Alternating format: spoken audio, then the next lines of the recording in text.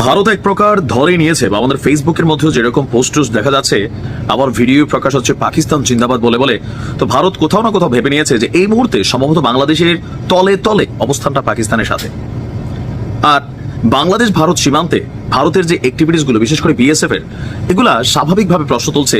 ভারত যদি আসলে আমাদের সাথে কোনো শক্তি প্রয়োগ করে, আমাদের ফেসবুক পোস্টে কমেন্ট করা ছাড়া, অথবা ধরেন ফেসবুকে স্ট্যাটাস দেওয়া ছাড়া, আর ধৈর্য ও সংযম দেখানো ছাড়া, তীব্র নিন্দা প্রতিক্রিয়া জানানো ছাড়া বাংলাদেশের আসলে ঝুড়িতে কোনো কিছু আছে যে আমরা সমুচিত জবাব দিব? আমার মনে হয় নাই। তবে এটা বাড়ানো উচিত। কেন বলছি? যুদ্ধ চলছে এই মুহূর্তে ভারত পাকিস্তান, কিন্তু বাংলাদেশের সীমান্ত দিয়ে ভারতের বিএসএফ যে ঘটনা ঘটিয়েছে, আমাদের সরকারের রিয়াকশন কি? উদ্বেগ প্রকাশ, পুলিশকে নির্দেশনা, যারা ঢুকছে তাদেরকে আটক। গতকালকে খাগড়াছড়ির বিভিন্ন সীমান্ত পয়েন্ট দিয়ে বাংলাদেশে প্রবেশ করানো হয়েছে ৬৬ জন ভারতীয় নাগরিককে। মানে ভারতের বিএসএফ জোর করে বাংলাদেশিদেরকে ঢুকাই দিছে। ভাই, এই মুহূর্তে দেখতে সাধারণ ছোট বাচ্চা, নারী, বৃদ্ধ দেখতে খারাপই লাগে, কিন্তু রহস্যজনক এবং সন্দেহজনক অবস্থান তারা ঘটাইলেও ঘটাইতে পারে। আপনার ভোরের দিকে জেলার বিভিন্ন এলাকা থেকে অভিযান চালিয়ে এই অনুপ্রবেশকারীদের আটক করেছে বাংলাদেশ পুলিশ, এমনকি বিজিবি বলছে আপনার খাগড়াছড়ি জেলার মাটিরাঙ্গা উপজেলার গুমতি ইউনিয়নের শান্তিপুর সীমান্ত দিয়ে ২৭ জন, তাইনদং সীমান্ত দিয়ে ১৫ জন, পানচুরি উপজেলার লোগাং ইউনিয়নের রূপসেনপাড়া সীমান্ত দিয়ে ২৪ জনকে ভারত পুশ ইন করেছে। আর এই পুশ ইন করা যারা, তারা এখানে বিভিন্ন বাড়িতে অবস্থান করছিল। এরপর কি বলা হয় যে বিজেপি তাদেরকে আটক করেছে। এখন আটকদের বক্তব্য যে তারা নিজেরা বলছে যে তারা গুজরাটের বাসিন্দা, গুজরাট থেকে বিমানে করে সীমান্তে নিয়ে এসে ভারতের বিএসএফ সদস্যরা বাংলাদেশে তাদেরকে ঢুকাই দিছে। মানে আপনি বুঝছেন যে আমাদের অবস্থানটা কোথায়?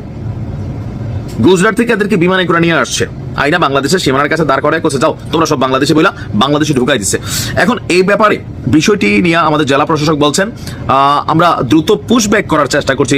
আসলে কি পুশব্যাক করতে পারবো আমরা? এই চেষ্টা কি কথায় থাকবে? আমাদের জাতীয় নিরাপত্তা উপদেষ্টা তিনিও বক্তব্য দিয়েছেন, এমনকি আমাদের পুলিশের আইজিপি সীমান্তবর্তী যে থানাগুলো আছে, পুলিশগুলো আছেন, তাদেরকে নির্দেশনা দিয়েছেন যেন আমরা সচেতন থাকি, সজাগ থাকি, সতর্ক থাকি।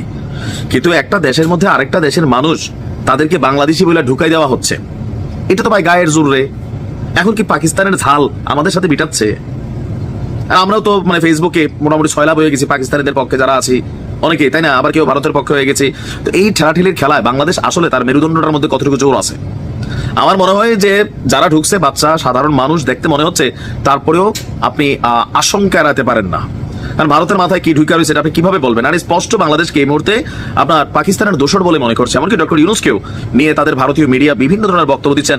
আর এর মাঝখানে যেভাবে পাকিস্তান জিন্দাবাদ বলে ভিডিও ছড়াচ্ছে বাংলাদেশের মানুষ লুঙ্গি টুঙ্গি পইরা, তো এখান থেকে কি পজিটিভ কোনো কিছু হবে? নাকি ফেসবুকে ভারতের বিরুদ্ধে আমরা লড়াই করে ফেলবো? আমাদের মানে মাজা আছে তো নাকি? নাই, আসলে কিন্তু নাই। ভারত তো দূরের কথা, মিয়ানমারের সাথে লড়ার আমাদের সক্ষমতা নাই। দেখেন না, আরাকান আর্মি ধরে ধরে নিয়ে যায় নাফ নদী থেকে, মন চাইলে সারে, না চাইলে সারে না। এখন এই যে মানুষগুলো ঢুকছে তাদেরকে পুশব্যাক করা, এই পরিস্থিতিতে বাংলাদেশের সক্ষমতা আছে? আমরা আসলে দেখতে চাই। ওদিক দিয়ে রোহিঙ্গা ঢুকাচ্ছেন আমাদের এই সরকার নীরবে। এগুলো নিয়ে আওয়াজ টাওয়াজ খুব বেশি হচ্ছে না? প্রায় ১.৫ লক্ষর কাছাকাছি রোহিঙ্গা আমরা ঢুকাই দিছি।